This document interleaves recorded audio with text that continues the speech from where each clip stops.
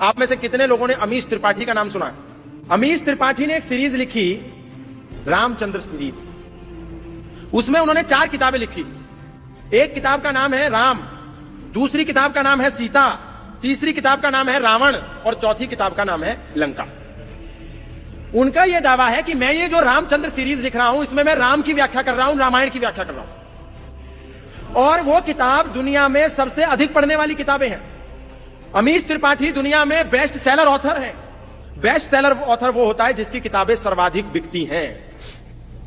लेकिन सोचिए, लाखों हिंदुओं ने वो किताबें पढ़ी अमीश की, लेकिन किसी ने भी उस पर प्रश्न चिन्ह नहीं लगाया कि अमीश त्रिपाठी ने राम के बारे में गलत लिखा है, खराब लिखा है, झूठ लिखा है। उसके प्रमाण मैं आपको कुछ देना चाहता हूं। जब राम कथा का प्रारंभ किया, राम किताब लिख करके अमीश त्रिपाठी ने, तो उसमें यह लिखा कि मर्यादा पुरुषोत्तम श्री राम और लक्ष्मण ने एक हिरण पकड़ा और हिरण पकड़ करके उसको लाठी में उसके रस्सी से पैर को उल्टा बांध दिया और एक डंडा रख लिया राम ने अपने कंधे पर, एक रख लिया लक्ष्मण ने, और वो आगे आगे चल रहे हैं। और लक्ष्मण कह रहे हैं राम को कि आज हमें एक बहुत अच्छा, बहुत दिन के बाद खाना खाने को मिलेगा।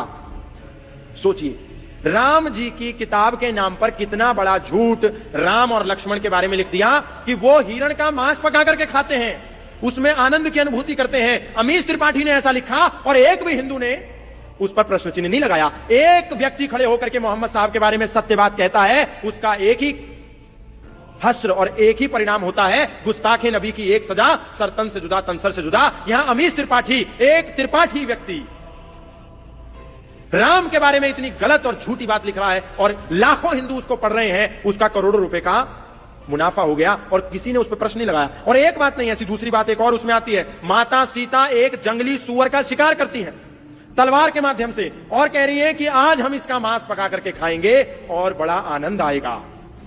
क्या राम जी मांसाहारी थे? क्या माता सीता जंगली सूअर का मांस खाती हैं? क्या वाल्मीकि जी की रामायण में कहीं ऐसा इतिहास है?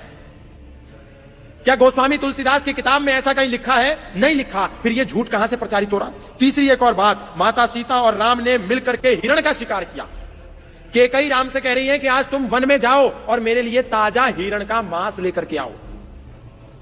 और तो और बात यहीं पर नहीं रुकी, अभी हम गुरुकुल की बात कर रहे थे। गुरुकुल एक ऐसा स्थान है जहां पर ब्रह्मचारी बनाने की बात करता है आचार्य। गुरुकुल में रह करके राम भी पढ़े, भरत भी पढ़े, शत्रुघ्न भी पढ़े, लक्ष्मण भी पढ़े, और उसी गुरुकुल में बैठ करके निषाद राज गुह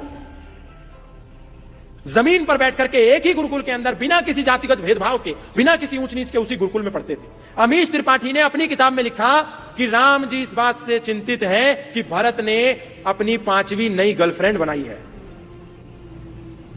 सोचिए, गुरुकुल में भरत गर्लफ्रेंड बना रहे थे।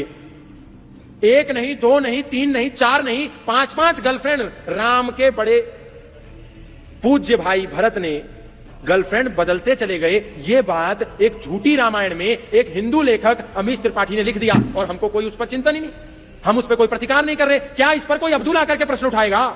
क्या इस पर कोई जोसेफ प्रश्न उठाएगा? इस पर कौन चिंता करेगा? कौन चिंतन करेगा? हिंदू को करना है, युवा को करना है, लेकिन हम नहीं कर रहे। जो मार्केट में आता है रामायण के नाम पर उसको पढ़ते हैं। रामायण के नाम पर यदि पढ़ना है तो वाल्मीकि की रामायण के अतिरिक्त और दूसरी कोई रामायण दुनिया में नहीं है जो पढ़ी जानी चाहिए।